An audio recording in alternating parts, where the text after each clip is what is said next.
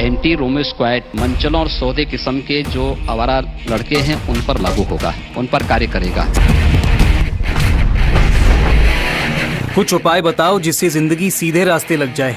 तुम ठहरे टेढ़े आदमी, जिंदगी अगर सीधे रास्ते पे लगानी है तो उल्टा सोचो।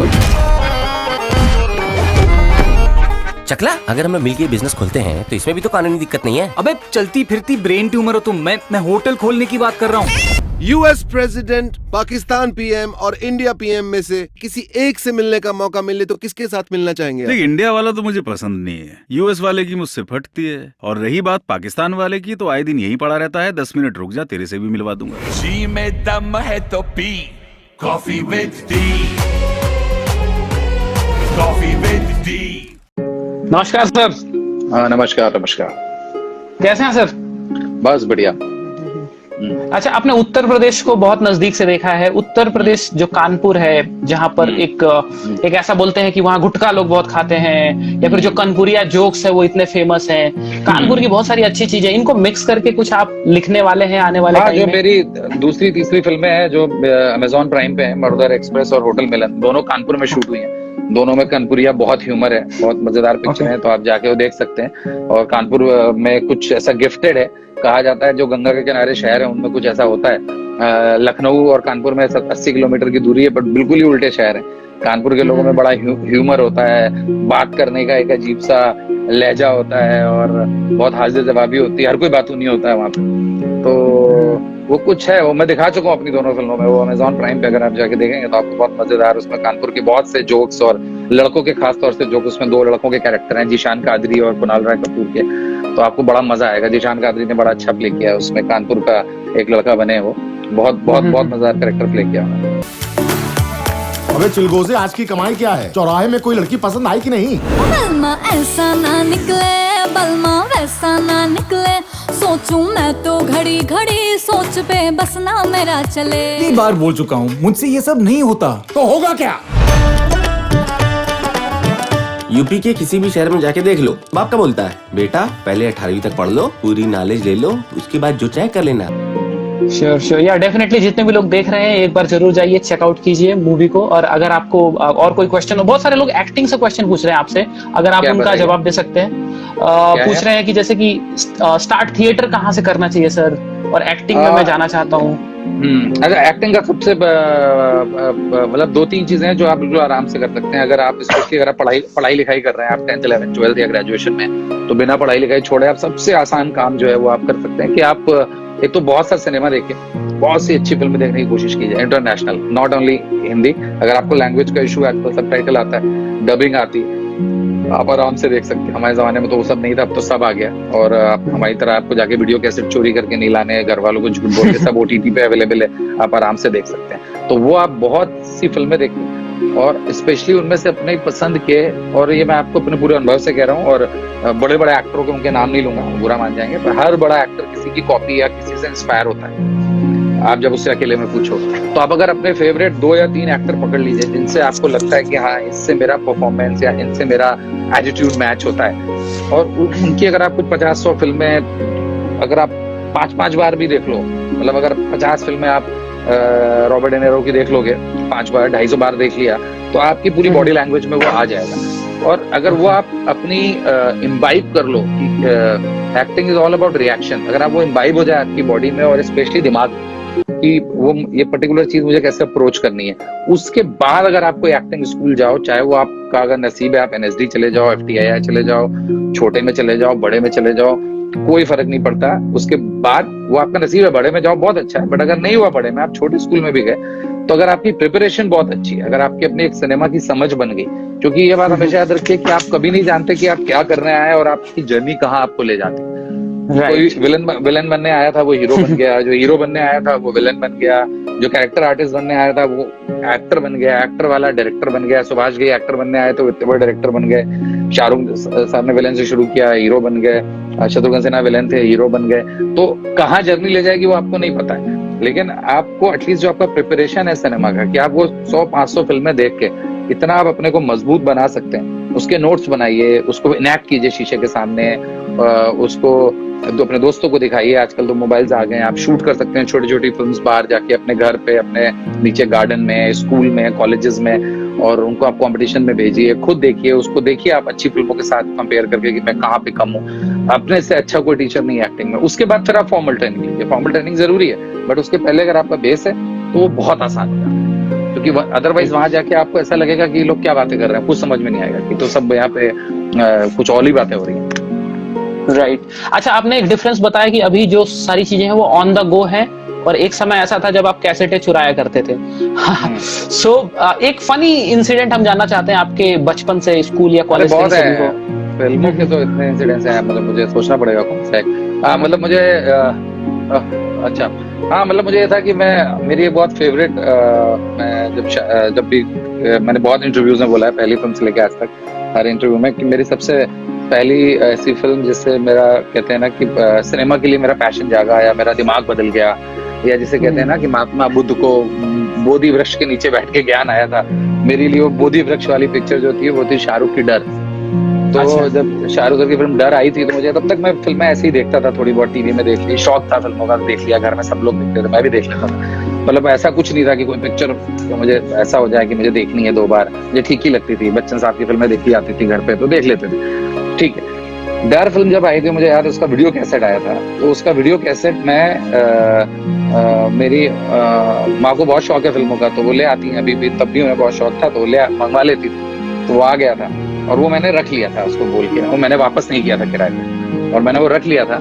और जब मेरे पापा सुबह हॉस्पिटल जाते थे और माँ जाती थी बाहर, तो वो मेरे पास सुबह 7 से 10 का वक्त होता था खाली पढ़ाई के पहले, तो उसमें मैं रोज सुबह डर देखता था। इतनी बार रिपीट मोड में, हाँ रिपीट मोड मैंने कुछ 150-200 बार देख ली होगी, मुझे याद भी नहीं, आज भी नहीं याद है। तो वो मैंने इतनी बार देख ली कि मुझे याद है कि मेरे ग्रैंडफादर ने या मेरे छोटे भाई ने, किसी ने वो डर देखने के लिए कैसेट लगाया, तो वो उस जमाने में, आई डोंट नो अभी ये जनरेशन को समझ में नहीं आएगा, वो जो अगर आप वीडियो कैसेट बार बार देखते थे जो पिक्चर का हिस्सा ना, उस पे धारियां आने लगती थी, लाइन, उसको हम ट्रैकिंग कहते थे। वो वीडियो कैसेट पे लिख के आता था ट्रैकिंग से उसको ठीक करना पड़ता था। तो उसमें शाहरुख के सारे सीन गायब हो गए थे, सिर्फ सनी देओल बचा था वीडियो कैसेट में, शाहरुख खान गायब हो गया था।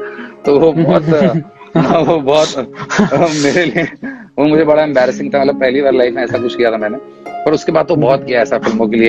एक दिन में 4 शो देखना छुट्टी के दिन, 1 जनवरी को 4 फिल्में जाना, वो सब बहुत किया उसके बाद। और नोट्स बनाता था मैं फिल्में देख के, मुझे तब भी याद है मेरा बहुत बार रजिस्टर था वो मैं छुपा के रखता था, उसमें नोट्स बनाता था, पिक्चर कितनी बार देखी, क्या अच्छा लगा, वो मुझे बड़ा पसंद था लिखना।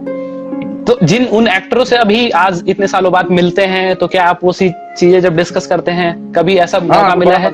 हाँ, मतलब जैसा मैंने बताया, मुझे एक्चुअली मैं प्योर बॉलीवुड बफ हूँ। मतलब मैंने हर बॉलीवुड एक्टर देखा है। मुझे 1952 की देवदास, मतलब 1950 वाली जो देवदास है दिलीप साहब की, उसमें जो मोतीलाल है मेरे फेवरेट एक्टर हैं पुराने टाइम में, देव साहब मेरे फेवरेट एक्टर हैं, अमिताभ बच्चन बहुत पसंद है, शाहरुख मेरे ऑल टाइम फेवरेट हैं। तो मतलब उनमें मुझे शाहरुख के अलावा एक्चुअली इस जनरेशन में या इस वक्त जितने लोग हैं उनमें मुझे कोई ऐसा नहीं जिसको देख के मैं बहुत, मतलब जैसे कहते हैं ना कि बहुत ऑड हो जाऊं। मैं जिससे भी मिलता हूँ बहुत नॉर्मली मिलता हूँ, मुझे कोई फैन वैन जैसी फीलिंग नहीं आती। पर हाँ, शाहरुख सर को देख के हमेशा आती है। जब भी उनसे 4-5 बार मिलने का सौभाग्य हुआ है तो उनसे हमेशा मैं ऐसी मजेदार बातें डिस्कस करता हूँ। मैं डायरेक्टर की तरह उनसे मिलता भी नहीं हूँ, ना मुझे कभी मेरी चाहत है मिलने की उनसे। मैं इस तरह की अपने बचपन की मजाक की बातें और क्या मैंने उनकी फिल्में देखने के लिए क्रेजी हरकतें की हैं, और कैसे मेरे दोस्त या मेरे जानने वाले या मेरे फैमिली अभी भी मेरी जो 2-3 फेवरेट चीजें हैं वो इसी चीजों से मुझे याद रखते हैं। अगर कोई दोस्त मुझे मिलता है 18-20 साल बाद तो ये पूछता है भाई शाहरुख से मिलेगी नहीं, तो वो मेरे को बहुत दिलचस्प लगा था जब मैं उनसे पहली बार मिला था। और मुझे बहुत अच्छा लगा कि मुझे ऐसा व्यक्ति पसंद था जिसको मैं मिला तो वो उससे भी बेहतर निकले जैसा मैंने सोचा। तो या ओके, बहुत लोग कमेंट्स में पूछ रहे हैं कि आपने शाहरुख से मिले, तो आप कई बार बता चुके हैं। एक और क्वेश्चन था जो बार बार आ रहा है कि थिएटर के एक्टिंग में और फिल्मों की एक्टिंग में कितना अंतर दिखता है आपको? बहुत बड़ा फर्क है, बहुत बड़ा फर्क है थिएटर और फिल्मों में। अगर आप देखेंगे तो आज ही मैं पढ़ रहा था एक बहुत अच्छा आर्टिकल किसी, हाँ आज मैं इंटरव्यू पढ़ रहा था रघुवीर यादव जी का, अभी जिनका शो आया है पंचायत प्राइम पे, पंचायत, हाँ पंचायत कहता हूँ। उनको मैं बचपन से देख रहा हूँ, मुंगेरी लाल के हसीन सपने और मेसी साहब उनकी, and I think is the only, हाँ जिनकी 8 फिल्में ऑस्कर गई हैं इंडिया से, is the only actor in India. आज ही मैं उनका इंटरव्यू पढ़ रहा था तो वो बोल रहे थे इस बारे में, is the authority. I think 1973 में वो NSD गए थे, आई थिंक सीनियर मोस्ट। तो वो भी वही बोल रहे थे जो मुझे लगता है। जो दो चीजें, एक तो जैसा कहा जाता है कि theatre is a little loud, आपको परफॉर्म करना पड़ता है क्योंकि आपको ऑडियंस से रिएक्शन चाहिए, प्लस उसमें रीटेक की गुंजाइश नहीं होती। आप जो कर रहे हैं अगर आप खराब है तो खराब है, फिल्म में आपको वो मौका मिलता है। लेकिन एक्चुअली फिल्म में मैं उसको बोलता हूँ, फिल्म में वो उल्टा भी है, क्योंकि आप ज्यादातर एक्टर रीटेक के बाद भी ऐसी एक्टिंग करते हैं तो देख के लगता है कि अरे बाप रे, अगर रीटेक के बाद इतनी खराब कर रहा है तो फिर क्या ही करेगा यार। तो आप वहां पे भी एक्सपोज हो जाते हो। Theatre is more about, is a very technical, it's more about the complete package of one actor. उसका 100% एक्सपोज हो जाता है कैमरे आपके ऑडियंस के सामने। फिल्म में क्या है कि आपके पास कुछ सहारे हैं आपको बचने के, लाइक कि आपके फ्रेम में हो सकता है आपने कोई डायलॉग खराब बोला हो या उतना अच्छा परफॉर्म ना किया हो, तो शायद उस डायलॉग के वक्त आपके सामने वाले कलाकार का चेहरा दिख जाए, आपको रीटेक का मौका मिल जाए, आपको कपड़े, आपको लाइटिंग, आपको बहुत सारे शोशों का सहारा मिल जाता है। बट वही चीज है कि ये टेस्ट मैच अच्छा है या वनडे अच्छा है, सब चीजों में उतना ही मुश्किल है। उसमें भी सेंचुरी बनाना मुश्किल है, इसमें भी सेंचुरी बनाना मुश्किल है। उसमें भी लोग खराब होते हैं, इसमें भी लोग अच्छे होते हैं। बट ये है कि सिनेमा में ज्यादा ये है कि आपको कहीं ना कहीं लोगों को बहुत मुतासिर करना इसलिए भी मुश्किल है क्योंकि आपको इतने मौके मिलते हैं, आपके ऊपर इतना सारा कॉमर्स खर्चा होता है, तो आपको कहीं ना कहीं उसमें पैसा भी जुड़ा है जो स्टेज में एक टू अ पॉइंट नहीं जुड़ा है। हो सकता है आपका शो कम भी चले तो आप थोड़े दिन अपने टैलेंट पे सर्वाइव करें, बट फिल्मों में अगर आपकी 4 फिल्में, 5 फिल्में, 3 फिल्में आपको कोई नहीं देखना चाहता, तो इवन अगर आप अच्छे एक्टर भी हैं, जो बहुत से एक्टर अभी भी हैं, उनको कोई नहीं देखना चाहता, तो फिर आपको कोई नहीं देखना चाहता। तो film also come with its own set of commerce, and commerce dictates cinema. In theater, talent dictates theater, not commerce. Right. अच्छा, जब हम प्रमोशन कर रहे थे उस दौरान एक रिक्वेस्ट आई थी आपके एक फैन की जिनका नाम है भरत चौहान, उनका आज बर्थडे है, तो वो बर्थडे विशेष आपसे चाहते थे। अरे भरत चौहान जी, आपको आपका जन्मदिन बहुत बहुत मुबारक हो। आज 20 अप्रैल है। हाँ आज yes. और आप आगे चल के बहुत नाम कमाए, बहुत अच्छा करें। अप्रैल में जन्मे हुए लोग बहुत टैलेंटेड, बहुत इंटेलिजेंट होते हैं। मैं खुद अप्रैल का हूँ, तो यार मुझे अप्रैल वाले लोग बहुत पसंद है। राइट। अच्छा, आपका जो लॉकडाउन चल रहा है अप्रैल महीने का, आप अप्रैल में पैदा हुए और इस टाइम पे ही हो सकता है कि बहुत ज्यादा डिफिकल्ट सिचुएशन से आप जा रहे होंगे, किस तरीके से यूटिलाइज कर रहे हैं इसको? लॉकडाउन वही लिखना, मतलब मेरा फर्क इतना हो गया कि मैं कुछ लोगों से मिल नहीं पा रहा हूँ। तो मेरी पसंद के 2-3 लोग हैं, मेरे दोस्त हैं और बहुत खास हैं। उन लोगों के अलावा बाकी तो जिंदगी यार वैसी है, वही थोड़ा लिखना हो जाता है। बहुत सी फिल्में देख ली मैंने, क्योंकि मैं 1993 से लेके 2012 तक शायद ही कोई फिल्म हो जो मैंने छोड़ी हो। मैंने हर फिल्म देखी है, खराब से खराब और अच्छी से अच्छी, एकदम खराब वाली भी देखी होती है। और 2014-15 जब मैं लिखने लगा और फिर मेरा शूटिंग शुरू हुई पहली फिल्म की 2016 में, तो तब से लेके अब तक काफी मेरी फिल्में छूट गई थी। तो मैंने 1 महीने में दिन में 3-3, 4-4 करके सब निपटा दिए, पूरी लिस्ट बना रखी है और फिल्में देख रहा हूँ। तो मुझे बड़ा मजा आ रहा है, मुझे तो कोई दिक्कत नहीं है और बहुत लिखने का मौका मिल रहा है। बल्कि बहुत अजीब सी वो है, कोइंसिडेंस है। कल रात में आपने मुझे बोला लाइव के लिए, आज मैं लाइव आया हूँ आपके साथ। और मैं पिछले लॉकडाउन को आज हो गया मेरे 30 दिन हो गए, मेरे को 31 दिन, 19 तारीख को निकला था लास्ट मंथ, आज 31 दिन हो गए। और 31 दिन में मैंने एक अपनी आने वाली फिल्म का ट्रेलर बनाया अभी 2-3 दिन पहले, काम के तौर पे मैंने वो किया। कुछ बहुत सी गजलें लिखी हूँ तो लिखता ही रहता हूँ, बहुत सी स्क्रिप्ट लिखने की कोशिश की, एक भी ढंग की नहीं लिखी, जो होता है राइटर्स ब्लॉक जिसे कहते हैं। और आज ही दोपहर में मैंने कुछ आधे घंटे में एक कहानी लिखी है जो बहुत मजेदार पिक्चर है और एक सच्ची घटना पे आधारित है। तो आज ही वो दोपहर में क्रैक हो गई सडनली। तो लॉकडाउन तो बहुत बढ़िया है, मुझे लगता है कि 2-3 फिल्मों के आइडिया लिख जाएंगे जो आगे बना पाऊंगा मैं। तो लॉकडाउन आई थिंक बहुत मजेदार चीज है। स्पेशली मैं समझ सकता हूँ कि आई थिंक जो लोग कमेंट कर रहे हैं, मैं पढ़ नहीं रहा हूँ, बट आई थिंक ये लोग बहुत यंग लड़के बच्चे होंगे, 16 से 22 और 25 वाले। तो इन लोग को बहुत आदत है कंप्यूटर पे, मोबाइल पे और ये OTT और टीवी और सब पे। तो आई थिंक इनको तो कोई शिकायत करनी नहीं चाहिए लॉकडाउन की। ये तो कहीं भी रहेंगे, फोन पे काम चल जाता है अपना वर्चुअल, थोड़ा सेल्फी घर पे बालकनी पे खींच लो, थोड़ा मतलब पुरानी वाली से काम चला लो। ज्यादा तो बाहर कोई खेलने जाता नहीं है। हम लोग की जनरेशन होती तो हम लोग सच में पागल हो जाते। अगर ये 1992-93 होता तो हम लोग के पास अगर सिर्फ खेलना ही एक साधन होता था तो उस जमाने में मुश्किल होती। मुझे लगता है आज के जमाने में कोई मुश्किल है नहीं इतनी, जितना लोग परेशान हो रहे हैं। अगर आप पढ़ने लिखने वाले हैं, थोड़ा बहुत दिमाग है और टीवी भी देख सकते हैं, या अगर आपको फिल्मों का नहीं शौक है, डिस्कवरी देखिए, न्यूज चैनल देखिए, थोड़ा ज्ञान बढ़ा लीजिए। इतने ज्ञानी तो नहीं होंगे आप, थोड़ा ज्ञान बढ़ा लीजिए। बहुत पढ़ने को पड़ा है दुनिया में, बहुत किताबें हैं, बहुत कंटेंट है कंज्यूम करने को हर तरह का, नॉट ओनली सिनेमा। बहुत कुछ है देखने को, डॉक्यूमेंट्रीज देखिए, वाइल्ड लाइफ के ऊपर देखिए, और थोड़ा अपने घर वालों के साथ मजाक कीजिए, बातें कीजिए, उनको भी जानिए। पहली बार हमारे साथ पहली बार ऐसा हो रहा है कि किसी भी सेलिब्रिटी के लिए लोग इतने सारे लोग लिख रहे हैं कि आप बहुत अच्छा बोलते हैं, आप बहुत अच्छा बोलते हैं। सो बहुत सारे लोगों ने, बबली थी वो लिख रही है कि सर बहुत अच्छा बोलती हैं आप। एक सेकंड, किसी ने बोला I want to become a lyricist, वो मुझे बहुत अच्छा लगा है। कोई तो बोल रहा है, प्लीज गिव सम सजेशन। हाँ वो, अरे हाँ पार्थ भाई है, मेरे एक दोस्त है, हमारे एडिटर, उन्होंने मेरी फिल्म का होटलमैन का प्रोमो बनाया था। आई लव यू कह रहे हैं पार्थ भाई, लव यू। तो अच्छा हाँ, ये लिरिकल है, ये मेरे से पूछ रहे हैं कि लिरिसिस्ट कैसे बनना है। भाई ऐसा करो, खूब सारा निकालो किताबें। अगर आपको हिंदी कविता अच्छी लगती है तो आप सारे जितने फेमस कवि हैं उनको पढ़ डालो। उर्दू शायरी का अगर आपको बॉलीवुड में गाने लिखने का शौक है तो उर्दू और हिंदी दोनों पढ़ो, क्योंकि हिंदी की भाषा काम आएगी, उर्दू की भाषा भी काम आएगी, दोनों की मिश्रण है, सब राइट मिक्सचर ऑफ बोथ। खूब पढ़ो और अपनी जिंदगी में जैसे कहते हैं कि आप अपनी जिंदगी में कोई भी एक बड़ी ऐसी घटना, चाहे माँ के साथ हो, बाप के साथ हो, दोस्त के साथ हो, गर्लफ्रेंड के साथ हो, आपके ड्राइवर के साथ हो, आपके नौकर के साथ हो, उस घटना को आप पद्य में कहने की आदत डालो, गद्य में बात करना बंद करो। तो जैसे आप पद्य में कहने की आदत डालोगे तो एक वो उस डिसिप्लिन में, उस अनुशासन में लिखने की अगर एक क्षमता आपने डेवलप कर ली, बहुत इजी काम है।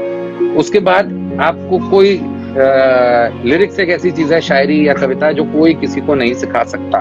फिल्म लिखना मैं आपको सिखा सकता हूँ, आप मेरे पास आ जाओ, मेरी पसंदीदा चीजें लेके, कुछ गिफ्ट लेके, मैं आपको 1 महीने में सिखा दूंगा फिल्म लिखना। कोई बड़ा काम नहीं है, कोई बड़ा काम नहीं है। लेकिन शायरी आप किसी को नहीं सिखा सकते। अगर आपने शायर की जिंदगी जी नहीं है तो आप शायर नहीं हो सकते। मिर्जा गालिब इसलिए मिर्जा गालिब नहीं है कि बहुत अच्छा लिखते थे, मिर्जा गालिब जैसी जिंदगी लोगों ने नहीं जी, इसलिए मिर्जा गालिब जैसा लिख नहीं पाए। तो लिखने का मैंने आपको बता दिया, खूब सारा पढ़िए, बढ़िया पढ़िए, और अच्छा पढ़ेंगे तो अच्छा लिखेंगे, और अच्छा लिखना आप धीमे धीमे सीख जाएंगे। थोड़ा जिंदगी के एक्सपीरियंस। यहाँ देवास दीक्षित जी भी हैं, ये छपाक में दीपिका के साथ थे। मेरे आने वाली फिल्म जो जिसमें डेजी शाह जी हैं, सी यू इन कोर्ट, उसमें है देवास जी, और ये कुछ ये शरारत की स्माइली भेज रहे हैं, इससे मैं बाद में बात करूंगा। थैंक यू वैंकू कह रहे हैं, ये कुछ स्टेज पे कह रहे होंगे, स्टेज थिएटर एक्टिंग को लेकर। ये मधुरम बोल रहे हैं कि hello sir, remember me, help me also. अच्छा भाई मधुरम जी, हेलो। हाँ मुझे याद आ रहा होगा। हाँ अच्छा हाँ, ये सब मुझे लग रहा है कुछ मेरे जानने वाले लोग आ गए। आयुष जी भी हैं। इन लोगों से मेरी बातचीत कभी कभार आगे पीछे होती रहती है, और मैंने बहुत से पढ़े नहीं। देवास जी तो काफी लिख रहे हैं, थिएटर और फिल्म एक्टिंग में कैसे डिफरेंस करें, देवास दीक्षित पूछ रहे हैं। ये FTI से पास आउट है एक्टिंग में, और अभी इनकी एक फिल्म आई है रेड, और एक छपाक, तो ये जबरदस्ती मेरी टांग खींचने की कोशिश कर रहे हैं शायद, लेकिन ठीक है, ये इनको हक है थोड़ा बहुत बदमाशी करने का। बाकी अभी इनकी फिल्म एडिट हो रही है तो मैं इनका रोल काट दूंगा, कोई प्रॉब्लम नहीं। मैं अपना बदला ले लूंगा। ये भूल गए। और बताइए। हाँ, ये बोल रहा था सर कि मुझे ऐसा लग रहा है बहुत सारे लोग क्वेश्चन पूछ रहे हैं ऑडियंस में, बहुत सारे बच्चे पूछ रहे हैं, तो आपके साथ हम एक करियर काउंसलिंग का भी एक सेशन रखेंगे, जिसमें लाइफ में किसको क्या बनना है वो आपसे पूछ सकते हैं। और एक बार आप अपने हैंडल्स बता दीजिए, जबकि लाइफ से पहले अगर किसी को कुछ क्वेश्चन पूछना हो तो। हाँ, तो मेरा ये इंस्टाग्राम का आपको वेरीफाइड हैंडल मिल जाएगा, VISALMISRA, दोनों में से H हटा दीजिए तो वो आपको मिल जाएगा। और उसमें आप बहुत शायरी पढ़िए जाके, मेरे को उसी का शौक है। मेरे ऊपर फोल्डर मैंने बना रखे हैं, जाके मेरी शायरियां पढ़िए। और मेरा ट्विटर का हैंडल है @मिश्रा_विशाल, MISHRAVISHAL, और फेसबुक पे भी आप को विशाल मिश्रा के नाम से मिल जाएगा। और पार्थ ब्रदर एडिटर पूछ रहे हैं हमको कब चांस देंगे, इनको मैंने एक बार दे चुका हूँ, अब इस जन्म में देने वाला नहीं हूँ। स्तुति जी टेक्सास US से कह रही हैं हाय हाय। और कोई पूछ रहे हैं कि कौन है मेरा फेवरेट डायरेक्टर, तो मेरा favourite director, all time favourite अगर एक director, so then it has to be Hrishikesh Mukherjee. Hrishikesh Mukherjee जिन्होंने Anand, Bemisal, Jurmana, Chupke Chupke, Mili, he is my all time favourite. और हॉलीवुड में मेरे ऑल टाइम फेवरेट 2 लोग हैं, उनके बीच में कोई भी आप ले लो। कोएन ब्रदर्स हैं, मैं कोएन ब्रदर्स को ही बोलूंगा, उनकी मुझे सारी फिल्में पसंद है, Fargo, Serious Man, Miller's Crossing, so या वो दोनों लोग मेरे फेवरेट हैं। और बाकी कोई अदिति हेलो कह रही है, संजू हाय कह रही है, तो उनको हाय हेलो। एक एडिटर का क्वेश्चन बहुत बार पूछोगे, हमको एडिटर बनना है तो कैसे बने, पार्थ। अरे ये वही, हाँ ये पार्थ है, ये मजे ले रहे हैं, ट्रेलर काट चुके हैं, ये मजे ले रहे हैं। और इनकी मैं ट्रेनिंग करूंगा अगले हफ्ते बुला के, एक बार लॉकडाउन खुल जाए तो इनकी ट्रेनिंग करूंगा। तो आप अभी मुंबई में हैं? हाँ मैं मुंबई में अपने घर में हूँ, अंधेरी में। अच्छा अच्छा, लगता है मुंबई में एक्सटेंड होने के चांसेस लग रहे हैं, लेकिन आप खुश हैं लॉकडाउन से, तो आपको कोई मैं फर्क नहीं बहुत खुश पड़ेगा। हूँ। मैं तो कह रहा हूँ एक दो महीना और चले, सब लोग सुरक्षित रहे। लोगों की जान बहुत प्यारी है, और जिनको लॉकडाउन का एक्चुअल असर पड़ रहा है वो गरीब लोग हैं, आम पब्लिक है, उनके लिए गवर्नमेंट कुछ करे एक्टिवली, उनके लिए लॉकडाउन खुल जाए, भगवान करे। बाकी जो लोग बहुत वेल ऑफ हैं या जिनके पास बड़े अच्छे आईफोन हैं और बहुत कैमरे हैं, भगवान करे वो लोग लॉकडाउन रहे, फोटो ना खींचे, थोड़ा कम सेल्फी हो, थोड़ा कम घूमे, उसी सबसे सब प्रॉब्लम हुई है। तो आई विल बी हैप्पी थोड़ा कम घूमे होते। मैंने कुछ सिर्फ कोशिश की थी आपसे बात करने की, जहां आपसे पूछा था मुझे कुछ एक्ट करने का मौका चाहिए। बिल्कुल सर, आप अपनी प्रोफाइल भेज दीजिए, मैं अपने असिस्टेंट को दे दूंगा, मुखादम आपको मैसेज करेंगे, ठीक है, ओके। कोई सल्लू जी हैं, सल्लू जी, ठीक है। आप जितने भी लोग हैं जिनको कोई क्वेश्चन हो, आप इनके हैंडल्स पे मैसेज कर सकते हैं, जब भी इनको टाइम मिलेगा ये रिप्लाई करेंगे आपको, आपकी हेल्प करेंगे। और आपसे सर बात करके हमेशा बहुत मजा आया। बातें तो खत्म कभी नहीं होने वाली, आपको फिर हम लाइव लाएंगे, उस बार हम बात करेंगे मैक्सिमम लोगों से करियर काउंसलिंग के बारे में, कि कैसे लाइफ में उनको क्या बनना है और कैसे उस राह पे जा सकते हैं। उससे पहले अगर किसी को कोई क्वेश्चन होगा तो आपको जाकर डायरेक्ट मैसेज कर सकते हैं। जी जी बिल्कुल बिल्कुल। एक लास्ट ले लेंगे sir, what is your inspiration for making movies? What is your inspiration for making movies is my own life. अपनी हर सब्जेक्ट पे मैं अपना एक इंटरप्रिटेशन ढूंढने की कोशिश करता हूँ। जैसे कॉफी विद टी मेरा इंटरप्रिटेशन था दाऊद का, कि दाऊद बहुत डरपोक है, कमजोर है, भगोड़ा है। और मरुदार एक्सप्रेस मेरा इंटरप्रिटेशन था कि ससुर और एक लड़के में कानपुर जैसे शहर में क्या रिश्ते होते हैं, मियाँ बीवी और ससुर के बीच में, वो था। होटल मिलन एक कैसे मतलब सर्टेन तरह की फिलोसफीज राइटिंग वहाँ प्रॉब्लम क्रिएट करता है एक सर्टेन जगह पे, उसके ऊपर थी।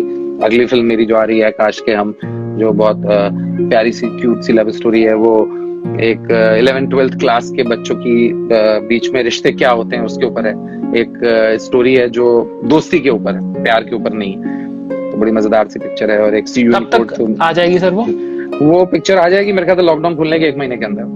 तो आपकी 2 फिल्में इस साल आने वाली हैं। हाँ, उसके बाद एक फिल्म और मैंने अभी खत्म की है चंडीगढ़ में, उसका मुझे पता नहीं, प्रोड्यूसर्स को पता होगा, उसमें मैं उतना इन्वॉल्व नहीं, एज ए डायरेक्टर मैं अपना काम करके आ गया हूँ। सी यू इन कोर्ट, उसमें डेजी शाह जी हैं जो रेस थी और जय में थी, बहुत अच्छा काम किया। उसमें एक बच्चा है जो आई थिंक ऑनलाइन बहुत इंस्टाग्राम पे फेमस है या टिकटॉक पे, अयान जुबैर करके, वो बड़ा ही गजब का एक्टर है।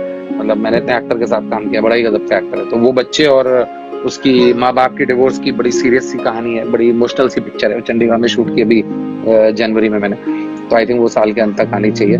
और एक काफी मेरी करियर की सबसे बड़ी फिल्म जो है वो भी अनाउंस होने वाली है मई एंड या जून में। तो बहुत मजेदार पिक्चर है और थ्रिलर है, बहुत जो मेरे पसंद का जॉनर है, मैंने कभी बनाया नहीं। It's a murder mystery, it's a thriller, बहुत बड़े एक्टर एक्ट्रेस के साथ है, तो वो भी अनाउंस हो गया। अच्छा, आपको एक सेलेक्ट करना हो, राइटर वर्सेस डायरेक्टर, तो आपकी पसंदीदा कौन सी जॉब रहेगी? यार अगर मेरी पसंदीदा जॉब होगी तो always I will go probably with writing, because direction हमेशा राइटिंग का रिजल्ट होता है। तो मैं कभी कुछ ऐसा बना नहीं सकता जो मैंने ना लिखा हो, बहुत मुश्किल है मेरे लिए। अगर मुझे अभी मेरे साथ एक फिल्म में हुआ, सी यू इन कोर्ट में किसी और की लिखी हुई कुछ था, तो मुझे पूरा 7-8 दिन रह के फिर से लिखना पड़ा, क्योंकि मुझे समझ में नहीं आता किसी और का लिखा। तो मेरे लिए राइटिंग बहुत जरूरी है। अगर आप लिख सकते हैं तो डायरेक्शन उसका एक ऑफ शूट है, एक टेक्निकल उसका ऑफ शूट है, बट अगर आप लिख सकते हैं तो nothing like, it's the biggest gift for Mankind. Okay, अच्छा एक चीज बताइए, आपकी लाइफ बहुत स्मूथ गई है, कहीं पे भी कहीं चैलेंज नहीं दिखाई दे रहा? एक अच्छे परिवार में है, पढ़ाई करी है, आगे बढ़ते गए, काम मिलता गया। हाँ, भगवान ने सब ऐसा कहते हैं ना, बहुत स्मूथ बना के दिया मुझे। वो मैंने पूरी कोशिश की कि लाइफ स्मूथ ना चले। मैंने बहुत कोशिश की कि सबकी मुश्किलें आए, अगर मुश्किल नहीं भी आती है तो मैं अभी भी पूरी कोशिश करता हूँ कुछ बेवकूफी या गलती करके कि मुश्किलें आ जाएं, क्योंकि मुश्किलें आना बड़ा जरूरी होता है। जैसा कि हजरत रूमी सूफियों में बहुत कहा गया है, जो रॉकस्टार फिल्म में भी जिसको उन्होंने वहीं से उठा के डाला है, कि मुश्किलें और दिल टूटना और थोड़ा जिसे कहते हैं दिक्कतें जिंदगी में बहुत जरूरी है एक अच्छे कलाकार को बनाने के लिए। आप बहुत से फेमस फिल्म फैमिली से जो बच्चे निकलते हैं, एक्टर नहीं बन पाते या उनके अंदर आपको डेप्थ नहीं दिखती, वो आपको इसलिए नहीं दिखेगी क्योंकि उन्होंने जिंदगी नहीं जी है। तो एक्चुअली आप सही कह रहे हैं कि मेरी बहुत आसान थी जिंदगी, अभी भी है, बट मैं बहुत कोशिशें करता हूँ कि कुछ उसमें ऐसे मुश्किल, दर्द और दिक्कतें आ जाएं ताकि मैं एक बेहतर लेखक और एक बेहतर निर्देशक बन सकूं। Otherwise I am gifted, I have no complain, no regret. बहुत ऊपर वाले का मेरे पे हाथ है और बहुत दुआ है उसकी, तो मुझे कभी कोई नहीं, हम भी यही आशा करते हैं कि जैसी आपकी लाइफ अभी तक जा रही है इससे बेहतरीन आगे भी जाती रहे और आप अच्छी अच्छी मूवी बनाते रहें, हमारे साथ हमेशा जुड़ते रहें। बिल्कुल जी। ठीक है, बहुत अच्छा लगा सर आपसे बात करके, आपसे जुड़ते रहेंगे। Thank you very much, stay safe. Thank you very much, thank you for having me, and बहुत अच्छा लगा आपसे बात करके। Thank you.